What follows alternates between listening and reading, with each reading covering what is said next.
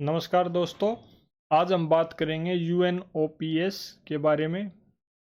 इसके बाद एमएसएमई यानी micro small and medium enterprises development act, central bank digital currencies, एक फाइनेंस सेक्टर में टर्म यूज होती है बीटा, उसके बारे में। सेल्फ हेल्प ग्रुप प्रोग्राम क्या है, उसके क्या फीचर्स हैं, इंडिया का एक्सपोर्ट स्टेटस क्या है ग्लोबल लेवल पे, और प्रोडक्शन लिंक्ड इंसेंटिव स्कीम किस बारे में बात करती है। अगर आप ये सब जानते हैं that is well and good. अगर आप नहीं जानते तो एक सिंपल वे में इस वीडियो में आप इन सब चीज़ों को सीख पाएंगे। साथ ही साथ आप अपना एमसीक्यू सोल्विंग एप्टीट्यूड डेवलप कर पाएंगे, जो आपकी मदद करेगा ऑब्जेक्टिव क्वेश्चंस को अच्छे से टैकल करने में।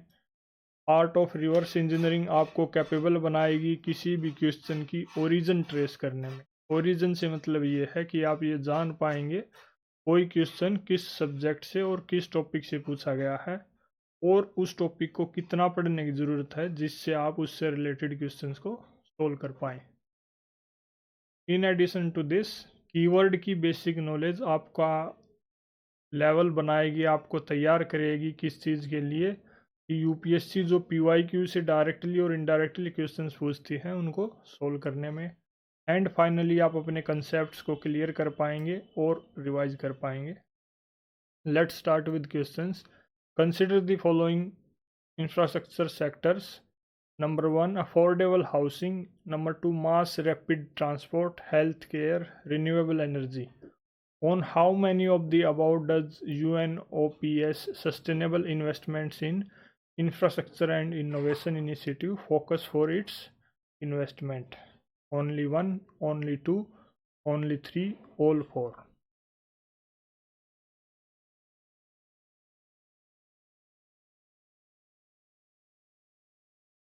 C is the correct answer. It focuses on only three.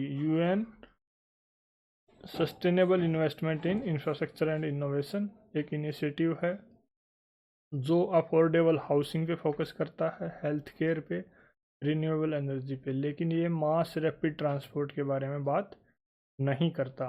क्या है ये, इसको जानने से पहले हमें ये पता होना चाहिए यूएनओपीएस क्या है। यूएनओपीएस एक टर्म है जिसकी फुल फॉर्म है UN office for project services. ये एक ऑपरेशनल आर्म है किसकी, यूएन की। क्या काम है इसका, स्पेशलाइज्ड सर्विसेज प्रोवाइड करना। किसको, जो भी यूएन की एजेंसी हैं, कोई वर्ल्ड लेवल पे फाइनेंशियल इंस्टीट्यूशन है या फिर कोई सरकार है, अगर उनको कोई स्पेशलाइज्ड सर्विस की ज़रूरत है वो यूएनओपीएस का काम है प्रोवाइड करना। इस एरिया से रिलेटेड सर्विसेज जैसे इंफ्रास्ट्रक्चर से related procurement, project management, financial management and human resources. UNOPS-S3I ये क्या है, ये एक इनिशिएटिव है जो इस चीज़ के लिए स्टार्ट किया गया है ताकि सस्टेनेबल डेवलपमेंट गोल्स को प्रमोट किया जा सके। इसके ज़रिए इंफ्रास्ट्रक्चर डेवलपमेंट के ज़रिए और जो भी चैलेंजेस हैं उनके लिए इनोवेटिव सॉल्यूशंस प्रोवाइड करके। क्या खासियत है इसकी कि जो भी बेसिक सर्विसेज से जुड़ा हुआ इंफ्रास्ट्रक्चर है उसको अपग्रेड किया जाए, जैसे पानी की सप्लाई है, एनर्जी है, रोड वगैरह हैं, टेलीकम्युनिकेशन है। साथ ही साथ इनोवेटिव सॉल्यूशंस प्रोवाइड किए जाएं डेवलपमेंटल चैलेंजेस के लिए, जैसे टेक का इंटरवेंशन करना to promote and enhance renewable energy, health care delivery, affordable housing, clean water and sanitation, disaster preparedness and response. इन सब चीज़ों से डील करना UNOPS-S3I का ऑब्जेक्टिव है। Next is consider the following statements with reference to India. According to the micro small and medium enterprises development act 2006, the medium enterprises are those with investment in plant and machinery between 15 crore and 25 crore. Number 2, all bank loans to the micro, small and medium enterprises qualify under the priority sector. Which of the statements given above is or are correct? One only, two only, both one and two, neither one nor two.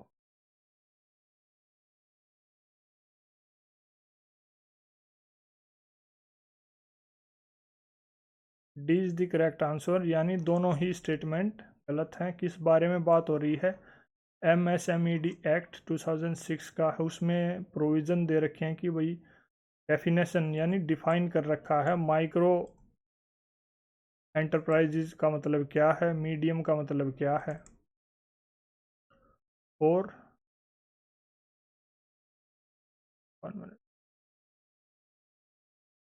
Small का मतलब क्या है। यानी ये 3 type की जो enterprises हैं इनकी डेफिनेशन डिफाइन कर रखी है इन्वेस्टमेंट के बेसिस पे, मशीनरी के बेसिस पे। And all loans to micro small and medium enterprises qualify under priority sector, not all but some loans. ये एक एक्ट है पार्लियामेंट का जिसको लाया गया ताकि जो माइक्रो स्मॉल और मीडियम एंटरप्राइजेज हैं उनकी ग्रोथ और डेवलपमेंट देश में प्रमोट की जा सके। इसी में माइक्रो स्मॉल और मीडियम एंटरप्राइजेज की डेफिनेशन दी हुई है, जिसको अभी फ़िलहाल में 2020 में रिवाइज किया गया था। जो शुरुआती डेफिनेशन थी वो ये थी, अभी जो लेटेस्ट डेफिनेशन है वो ये है। 3 कैटेगरी में जैसे कि हम जानते हैं ये एंटरप्राइजेज डिवाइडेड है। माइक्रो एंटरप्राइजेज वो हैं जिनमें मैन्युफैक्चरिंग सेक्टर में इन्वेस्टमेंट कहाँ पे, प्लांट और मशीनरी में या फिर इक्विपमेंट में 25 लाख या 25 लाख से कम है, उसको माइक्रो एंटरप्राइजेज बोलेंगे। और सर्विस सेक्टर में 10 लाख या 10 लाख से कम है। लेकिन अब ये क्राइटेरिया चेंज करके सरकार ने अपग्रेड करके इन्वेस्टमेंट जो माइक्रो एंटरप्राइजेज हैं उसमें 1 करोड़ कर दी, और अगर टर्नओवर उसका 5 करोड़ है तो वो क्वालिफाई करेगी माइक्रो एंटरप्राइजेज के लिए। लाइकवाइज स्मॉल एंटरप्राइजेज का investment 10 crore and turnover 50 crore होना चाहिए, तब वो स्मॉल एंटरप्राइजेज की कैटेगरी में क्वालिफाई करेगी। सिमिलरली मीडियम एंटरप्राइजेज की जो इन्वेस्टमेंट है 50 एंड टर्नओवर 250 करोड़। कुछ बैंक लोन्स हैं इनके जो क्वालिफाई करते हैं priority sector. With reference to central bank digital currencies, consider the following statements. It is possible to make payments in a digital currency without using US dollar or SWIFT system. A digital currency can be distributed with the condition programmed into it, such as a time frame for spending it. Which of the statements given above is or are correct? 1 only, 2 only, both 1 and 2, neither 1 nor 2.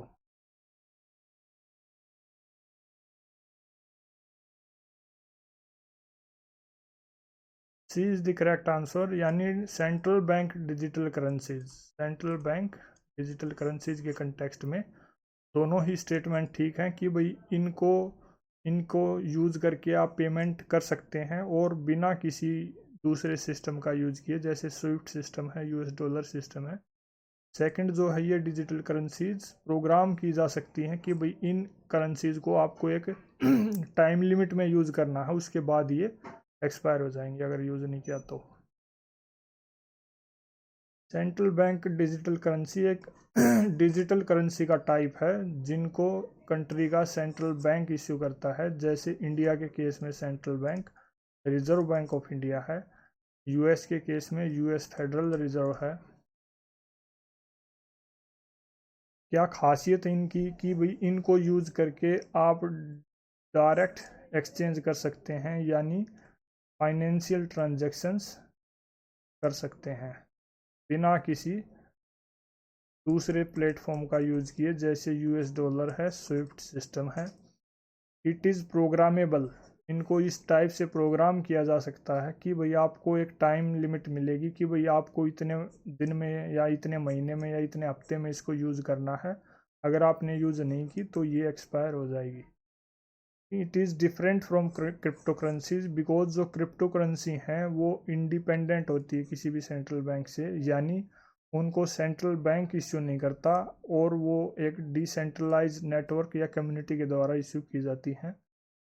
In addition to this, जो digital currencies हैं central bank की वो legal tender हैं, उसके comparison में crypto currencies legal tender नहीं है। कुछ एक दो कंट्री ने इनको रिकॉग्नाइज किया है लेकिन बड़े लेवल पे ये लीगल टेंडर नहीं है। इनकी वैल्यू भी स्टेबल है in comparison to crypto currencies. अब एक और टर्म जो बीच में आई थी वो है स्विफ्ट सिस्टम। ये भी काफ़ी इंटरेस्टिंग चीज़ है जानने की। इसकी फुल फॉर्म है society for world wide interbank financial transactions. ये क्या है? सिंपल शब्दों में बोले तो ये सिंपल एक मैसेजिंग प्लेटफॉर्म है।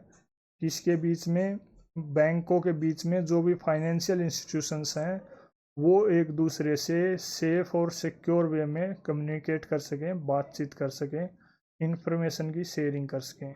इस चीज़ से जुड़ी हुई इंफॉर्मेशन, जो भी फाइनेंशियल ट्रांजैक्शंस अलग अलग देशों में अलग अलग बैंकों के बीच में हो रहे हैं, उनसे जुड़ी हुई जानकारी। जैसे अगर पेमेंट से रिलेटेड मैसेजेस हो रहे हैं तो वो बैंक एक दूसरे को ये बताएंगे कि भाई हाँ इतनी पेमेंट इनिशिएट हुई है, इतनी पहुंच गई है, जिससे जो वर्ल्ड लेवल पे बैंकों के बीच में ट्रांजैक्शंस हैं वो इजीली हो सके। इसको 1973 में सेटअप किया गया था। मेन हेडक्वार्टर इसका बेल्जियम में है। In the context of finance the term beta refers to the process of simultaneous buying and selling of an asset from different platforms, an investment strategy of a portfolio manager to balance risk versus reward. C. A type of systemic risk that arises when perfect hedging is not possible. D. A numeric value that measures the fluctuations of a stock to changes in the overall stock market.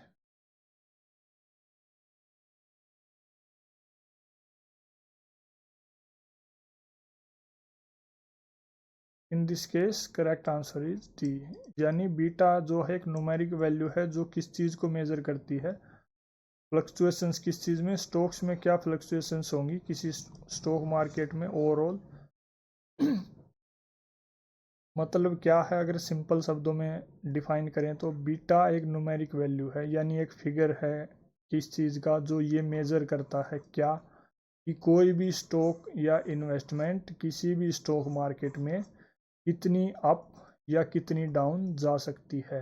इसका एक अंदाज़ा देना, इसका एक estimation देना beta number का काम होता है। एग्जाम्पल के थ्रू देखते हैं। अगर बीटा की वैल्यू 1 है तो इसका मतलब ये है कि भाई बीटा जो इन्वेस्टमेंट है वो मूव करेगी किसके साथ, स्टॉक मार्केट के साथ। यानी अगर स्टॉक मार्केट 1% बढ़ गई तो इन्वेस्टमेंट भी बढ़ जाएगी, लेकिन अगर स्टॉक मार्केट 1% गिर गई तो इन्वेस्टमेंट भी 1% ही गिरेगी। लेकिन अगर बीटा की वैल्यू 1 से कम है, इन दैट सिचुएशन ये इंडिकेट करती है ये चीज़ कि जो इन्वेस्टमेंट है वो धीरे मूव करेगी किसके कंपैरिजन में, जो स्टॉक मार्केट है उसके कंपैरिजन में। मतलब अगर स्टॉक मार्केट तेज़ी से बढ़ती है तो बीटा की वैल्यू यानी इन्वेस्टमेंट की वैल्यू धीरे धीरे बढ़ेगी, और अगर स्टॉक मार्केट गिरती है तो बीटा की वैल्यू धीरे धीरे गिरेगी, एकदम से नहीं गिरेगी। देन अगर बीटा 1 से ज़्यादा है तो वो और ज़्यादा रिस्की सिचुएशन हो जाती है कि इन्वेस्टमेंट मार्केट से भी तेज़ मूव करेगी। यानी मार्केट अगर 1% डाउन चली गई तो बीटा की वैल्यू यानी जो इन्वेस्टमेंट है वो 1.5 या 2 तक भी डाउन जा सकती है। यानी मार्केट से भी ज़्यादा डाउन इन्वेस्टमेंट की वैल्यू जा सकती है। इन दैट सिचुएशन अगर हम देखें तो सेकंड जो ऑप्शन है, सेकंड कैटेगरी जो बनती है ये सबसे सेफ है। यानी लोअर बीटा की अगर वैल्यू है तो वो ये चीज़ दर्शाती है या बताती है कि किसी भी मार्केट में इन्वेस्टमेंट करना सेफ है या नहीं।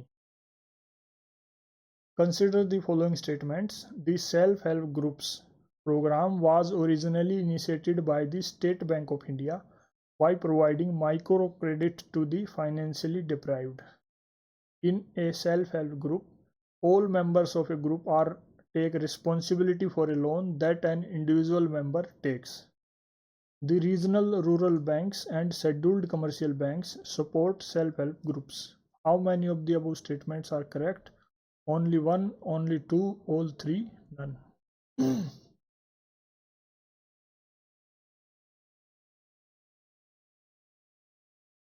B is the correct answer in this case. सिर्फ 2 स्टेटमेंट ठीक है। किस चीज़ के बारे में बात हो रही है, सेल्फ हेल्प ग्रुप के बारे में बात हो रही है। सेकंड स्टेटमेंट ठीक है कि भाई जो सभी मेंबर्स हैं वो कलेक्टिव रिस्पॉन्सिबिलिटी लेते हैं। अगर कोई ग्रुप का मेंबर ऑफिशियल सोर्सेज से लोन वगैरह ले रहा है तो। थर्ड इज इनको सपोर्ट करते हैं कौन, रीजनल रूरल बैंक्स और जो शेड्यूल्ड कमर्शियल बैंक्स हैं वो सब। First statement is incorrect because जो ये प्रोग्राम था इसको एसबीआई ने इनिशिएट नहीं किया था बल्कि नाबार्ड ने इनिशिएट किया था। कब किया था? 1992 में। सेल्फ हेल्प ग्रुप्स होते क्या हैं ये भी जानना बेहद ज़रूरी है।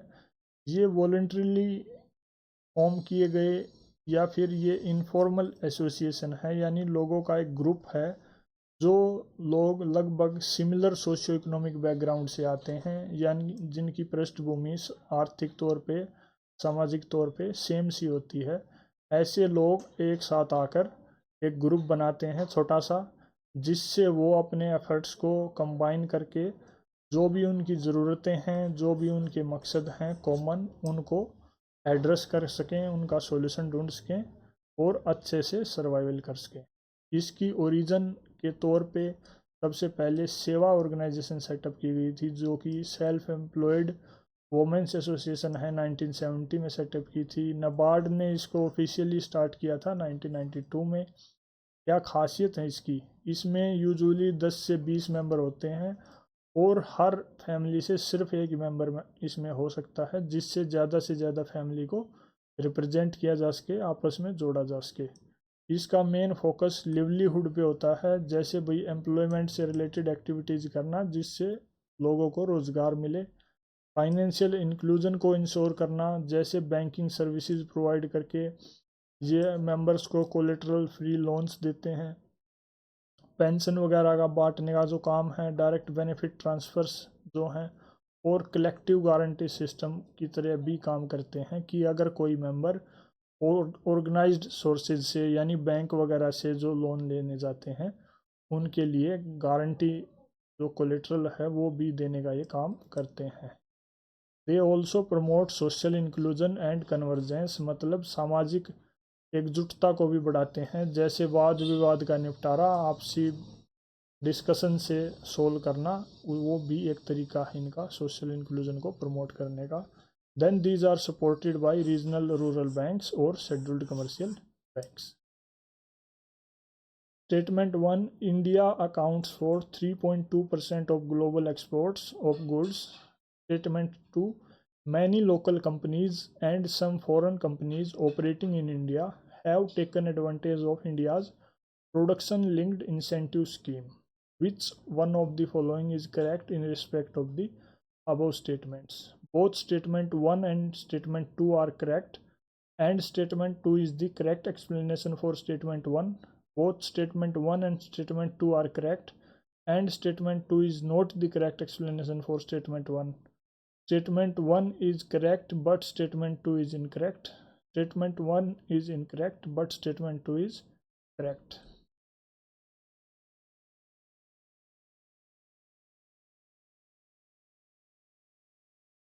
इन this case D is the correct answer, यानी स्टेटमेंट 1 जो है वो इनकरेक्ट है। किस बारे में बात कर रही है? इंडिया का ग्लोबल एक्सपोर्ट्स में क्या कंट्रीब्यूशन है, क्या शेयर है।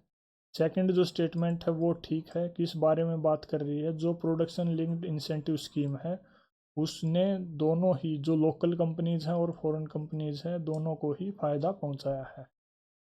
क्या स्टेटस है ग्लोबल लेवल पे जो इंडिया का ट्रेड है? वर्ल्ड ट्रेड ऑर्गेनाइजेशन की एक रिपोर्ट आती है, global trade outlook and statistics report, जिसके अकॉर्डिंग इंडिया का शेयर गुड्स की कैटेगरी में ग्लोबल लेवल पे 1.8% है 2023 में, और इंपोर्ट का शेयर 2.8% है। प्रोडक्शन लिंक्ड इंसेंटिव स्कीम क्या है? ये एक सरकार का इनिशिएटिव है जो 2020 में लॉन्च किया गया था। क्यों? ताकि जो देश में मैन्युफैक्चरिंग की कैपेबिलिटी है उसको मजबूत किया जा सके, इंपोर्ट का सब्स्टिट्यूशन बढ़ाया जा सके और एम्प्लॉयमेंट जनरेट की जाए। क्या खासियत है इसकी? कि फाइनेंशियल रिवार्ड दिया जाता है किसको? जो भी डोमेस्टिक या फॉरेन कंपनी हैं अगर वो इंडिया में मैन्युफैक्चरिंग करती हैं तो। कौन कौन से सेक्टर्स इसमें कवर हैं? लगभग 14 सेक्टर्स इसमें कवर हैं। Mobile manufacturing, medical devices, automobile, pharmaceuticals, drugs, speciality steel, telecom and networking products, electronic products, white goods जैसे एसी, एलईडी वगैरह। ये भी अच्छा पॉइंट बनता है कि भाई वाइट गुड्स किन को बोलते हैं, एसी, एलईडी वगैरह को वाइट गुड्स बोलते हैं। Then food products, textile products, solar PV modules, advanced chemical cell, battery and drones. इन सब से रिलेटेड जो सेक्टर्स हैं उनमें डोमेस्टिक मैन्युफैक्चरिंग को प्रमोट करने के लिए और फॉरेन कंपनीज भी उसमें काम कर सकती हैं, उसको इंसेंटिव दिया जाएगा दोनों पार्टीज को। Then these incentives are calculated based on incremental sales from products manufactured in domestic units only. इसी के साथ हमारे इकोनॉमिक जो सीरीज़ है PYQ की वो कंप्लीट होती है। 2013 से 2023 तक के सभी क्वेश्चंस हमने कवर कर लिए हैं। इसके बाद हम एनवायरनमेंट से स्टार्ट करेंगे। अगर आपको ये सीरीज़ अच्छी लगी तो ज़रूर अपना फीडबैक हमें लिखिए कमेंट बॉक्स में या हमें मेल कीजिए। और अगर आपको ये कंटेंट, ये वीडियोज़ फ़ायदेमंद लगी तो ज़रूर चैनल को सब्सक्राइब और वीडियोज़ को लाइक और शेयर कीजिए। Thank you.